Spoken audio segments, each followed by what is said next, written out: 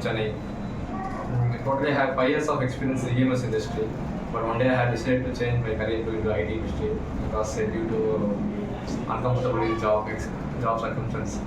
Then I heard about QSpiders from my friends, and I heard almost 10 to 15 of my friends have been joined here and placed as tester and developers. So I have decided to join the QSpiders, and almost I have tried here for 5 to 6 months. Then I started to attend many interviews, and even QSpiders team members helped me to attend many interviews.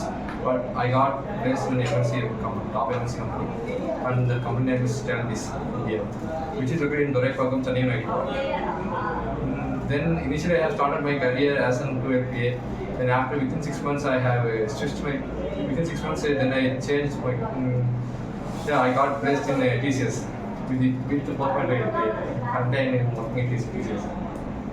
And thanks to Satyavani ma'am and the professor, and especially to the professor, he is the one who is the reason to join me here. And initially I joined here as a tester, but he motivated and changed my mindset to become a developer. So thanks to the professor.